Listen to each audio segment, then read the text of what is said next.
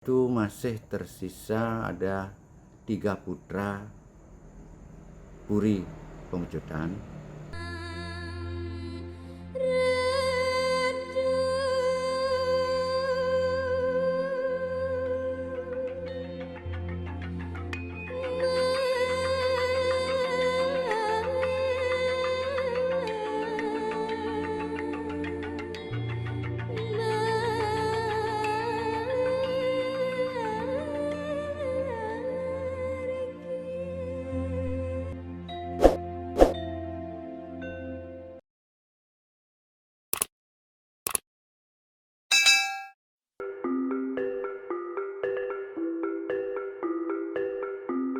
Perlawanan Puputan Badung pada 20 September 1906 melawan Belanda telah menimbulkan banyak korban dari keluarga Puri Pemecutan beserta pengikutnya. Dalam perlawanan tersebut menurut salah satu tokoh Puri Pemecutan Denpasar, A.A. Ngurah Putra Darmanuraga mengatakan, Kalau setelah Perang Puputan Badung, itu masih tersisa ada 3 putra Puri Pemecutan, yaitu Nagong Sagung Adi, sudah itu Nagong Ngurah Agung yang menjadi Cekodo yang ke-10, kemudian Ngurah Kertajegu dengan gelar kemudian Anak Agung Gede Lanang. Jadi 3 inilah yang masih hidup menjadi sisa-sisa Perang Puputan Badung. Nah, kisahnya pada saat Perang Puputan Badung, beliau ceritanya nenek saya, karena saya masih sempat melihat nenek waktu masih kecil, itu mengisahkan juga bahwa beliau saat itu sebetulnya menggendong seorang bayi dan menenteng seorang anak, itu Nagong Sagung Adi.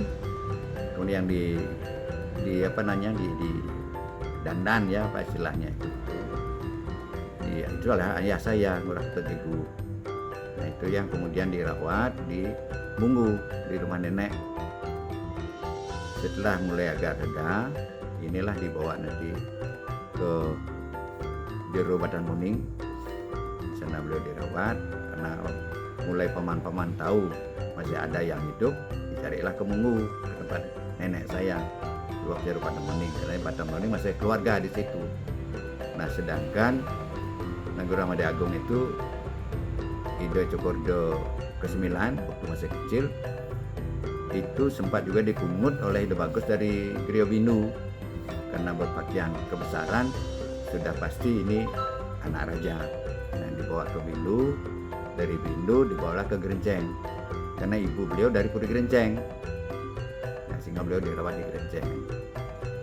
Setelah beliau agak meningkat dewasa, mulailah pelingsir-pelingsir muncul ini, keluarga besar kita yang di luar Puri mulai bersepakat mengadakan pertemuan di Jero Badan Muning untuk membangun Puri Kangenan yang sekarang. Itu Puri Kangenan dulu. Mengapa Puri Kangenan? Karena Puri Gede Pemecutan, istana waktu itu ada di seberang jalan. Dari Kukul yang tinggi di ujung Jalan Gunung Batur, itu mengarah ke utara sampai wisata. Nah, itu zaman Perang Puputan terbakar semua. Ini disebut Jero Kangenan pada saat raja yang ketiga, Cekodo Utara Sakti Pemecutan, karena beliau banyak istri. Lahirlah Puri Kangenan abad ke-17. Nah, itulah diperbaiki oleh pengisir-pengisir kita, para Semeton, para Muncul, sehingga pada 1939 ketiga putra ini dinobatkan menjadi pengelisir Puri Agung Pemecutan, sehingga beliau bergelar Ido Cokordo Ngurah Gede Pemecutan. Sedangkan Ngurah Kertajegu bergelar Anak Agung Gede Lanang. Itulah mimpin keluarga besar Puri Agung Pemecutan sampai masing-masing wafat. Ayah saya wafat Januari 1962, Anak Agung Gede Lanang. Sedangkan Cokordo Ngurah Gede Pemecutan yang ke-10 meninggal pada tahun 1986. Nah, itu yang terjadi setelah Puputan. Nah, kami ini sekarang adalah generasi yang ke-11. Nah, ini kisah orang-orang tua mengisahkan nenek saya itu sudah di antara jenazah katanya sudah tidak sadarkan diri sampai diusir oleh Belanda, baru beliau terentak suruh pergi oleh Belanda. Katanya sih kalau memang harus meninggal sudah pasti meninggal karena begitu gecarnya tembakan Belanda, tapi kok dia masih berdiri menggendong anak dan menggendong anak kecil dan menenteng seorang putra. Itu berarti sudah kehendak alam, kehendak Sang Hyang Widi, sehingga beliau hidup. Sedangkan dia juga ada pemecutan 10 murah gede, itu dia tergeletak di atas jenazah, dipangku oleh ibunya karena ibunya meninggal dalam perang Puputan. Nah, datanglah setelah tenang, datang salah seorang Brahmana dari Binu, melihat sosok bayi yang menangis, diambil karena yakin itu putra raja, dibawalah ke Gere Bindu.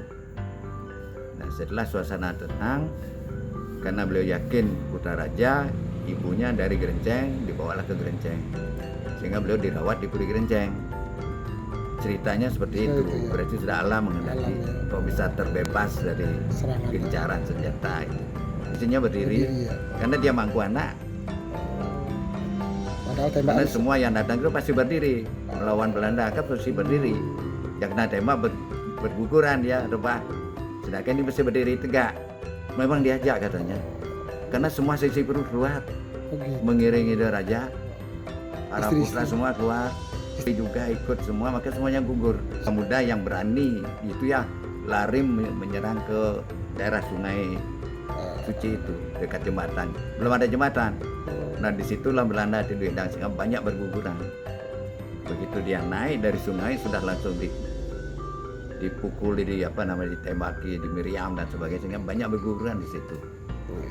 Jadi dia untuk Belanda itu melawan Badung itu paling banyak berguguran di Hasanuddin.